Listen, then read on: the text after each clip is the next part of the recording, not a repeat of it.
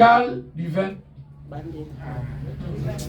Déclaration syndicale du 21 septembre 2024. Réunie en Assemblée générale ce samedi 21 septembre 2024. Les enseignants membres des syndicats affiliés à la synergie des syndicats des enseignants de la République démocratique du Congo ont procédé à l'évaluation générale de la grève des enseignants déclenchée depuis le 30 août 2024. À ce jour, la situation se présente comme suit. 1. Les enseignants du primaire sont les plus marginalisés car ils doivent payer les frais de scolarité de leurs enfants au secondaire et les frais académiques à l'université, alors qu'ils ont un salaire ne pouvant faire face à cette charge. En outre, il est constaté la discrimination dans le versement de la prime de gratuité aux enseignants du primaire. 200 000 francs congolais aux uns, 60 000 francs congolais et 40 000 francs congolais aux autres. 2. Les enseignants du secondaire dans les territoires ne perçoivent pas grand-chose des frais d'appui d'une part, et d'autre part, ils se plaignent de la clé de répartition de cette prime des parents par les gestionnaires qui prennent la part du lion au détriment des enseignants, premiers bénéficiaires. Il est cependant à regretter la désolidarisation des enseignants du secondaire des grandes villes à l'action commune, préférant s'appuyer sur la prise en charge des enseignants par les parents, système précaire ne pouvant accompagner leur retraite. 3. Dans les territoires des Dilolo, les enseignants n'ont pas touché la paye complémentaire. Au niveau du Olomami, les enseignants n'ont pas touché la totalité de la paye complémentaire. De même, dans d'autres provinces du pays. 4. Des questions non résolues qui ne permettent pas aux enseignants de travailler correctement sur terrain. Nous avons le problème de paiement des enseignants NU et NP. La régularisation des enseignants retraités et éligibles à la retraite. La suppression des zones salariales. Les nouveaux barèmes uniformisés. Le paiement de toutes les primes des inspecteurs et la valorisation de la fonction des inspecteurs. La convocation des assises sur la politique salariale. La rationalisation de la gestion de la MSP et de la SINSAP.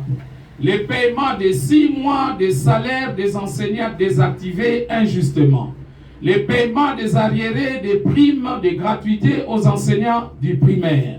Nous voulons dire le paiement des arriérés de la prime de gratuité aux enseignants du primaire. La ponction illégale de près de 20 000 francs congolais à chaque paye dans les salaires des enseignants par la DINACO. De ce qui précède, la synergie des syndicats des enseignants de la République démocratique du Congo exige du gouvernement la convocation des travaux sur la politique salariale, l'exonération aux enseignants du primaire du paiement des frais scolaires et académiques de leurs enfants dans toutes les écoles secondaires et supérieures, l'augmentation de la part du budget de l'éducation à hauteur de 3 600 millions pour payer un minimum de $500 à chaque enseignant de la République. Nous conformons au thème de la Journée mondiale des enseignants, intitulé « Valoriser les voix des enseignants vers un nouveau contrat social pour l'éducation », nous demandons aux gestionnaires de ne pas continuer à intimider les enseignants qui revendiquent leurs droits garantis par la Constitution qu'ils sont censés protéger sous peine de poursuites judiciaires. La synergie des syndicats des enseignants de la République, sur mandat des enseignants, réunis à l'Assemblée générale extraordinaire, décide de la poursuite de la grève sur toute l'étendue du territoire national et demande une fois de plus aux parents de garder les enfants à la maison pour leur sécurité. Nous demandons, nous interpellons également le Parlement congolais en session budgétaire d'être conséquent par rapport au vote prochain.